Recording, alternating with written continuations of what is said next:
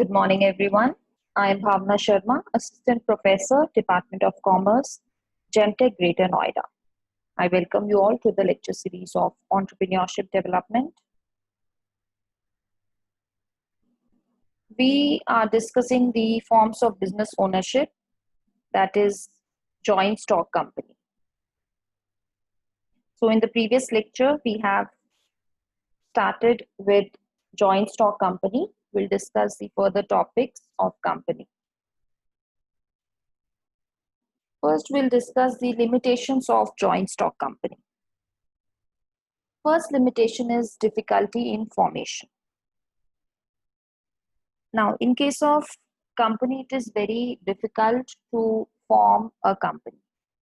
There are certain legal formalities which has to be compiled with. Number of documents have to be submitted with the registrar of companies. Now, all these things, legal formalities, it requires large amount of expenses to pay for services of experts, or there are certain printing stationery charges. Registration fees has to be paid. There are office expenses. So a public limited company has to go through additional legal formalities to raise capital, to get certificate of commencement of business.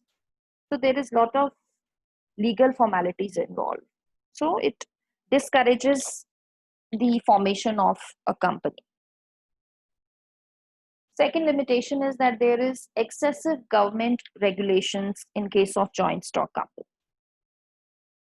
A company has to follow many provisions of different acts. Even in case of internal working of company,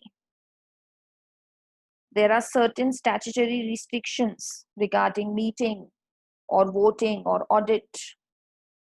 So, as there are so many legal restrictions in running the business, it discourages the people to start new company. Next limitation is oligarchic management. The management of the company is supposed to be conducted as per desires of shareholders who are the owners of the company. But practically they have no say in the affairs of company. So directors, they tend to mislead the shareholders by their window dressing reports. So they also create groups among shareholders. They consolidate their hold on the company by manipulating the voting powers. So the separation of ownership and management, it results in oligarchic management. It makes control of shareholders illusionary.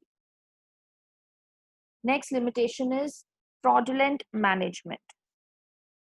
The fraudulent promoters, they may misuse the capital raised from public. It creates panic among public. The directors of the company, they manipulate the prices of shares in stock exchange by manipulating the books of accounts of company. So company often go for fraudulent practices. And last limitation is delay in decision making. The process of decision making is company is slow as compared to say sole proprietorship or partnership firm. So all the important decisions are to be taken either by shareholders or board of directors. Now, calling the meeting of the board or shareholders, they consume long time. So sometimes crucial decisions are delayed in the process.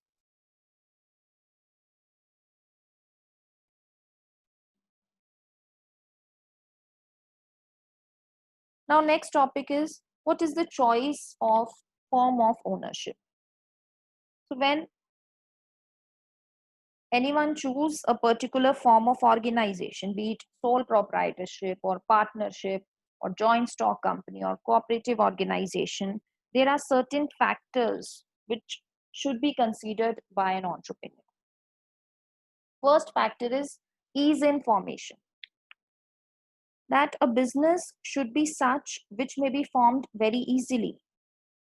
So an organization which involves least expenses, least legal formalities, easy formation, that is the best organization.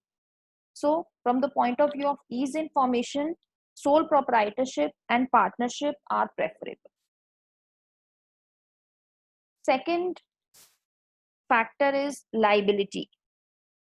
Limited liability is again an important factor in a form of ownership.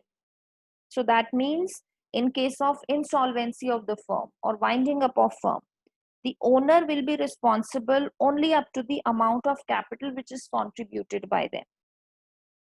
So in this case, there is limited liability in case of company only, which restricts the liability to the minimum, to the number of shares or amount of shares that is held by them.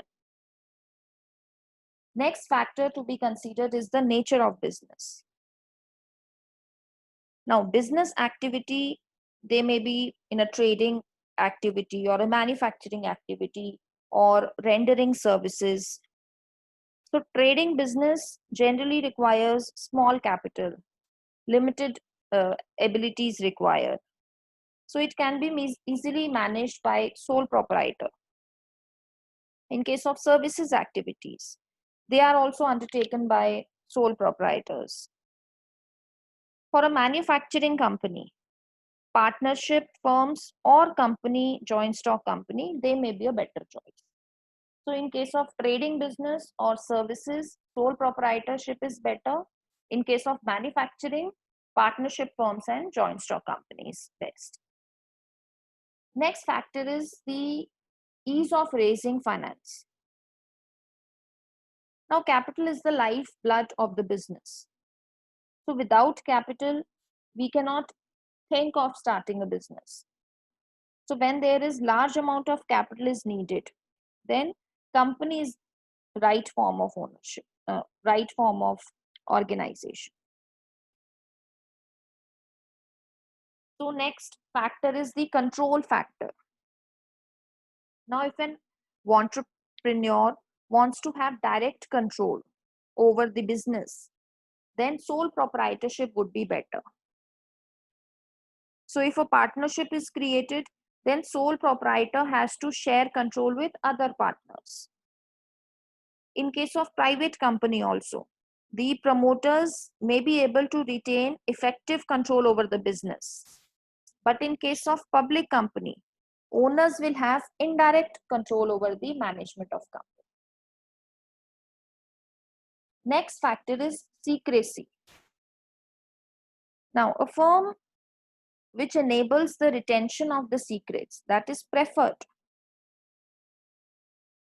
So from this point of view, sole proprietorship is the most ideal form of organization.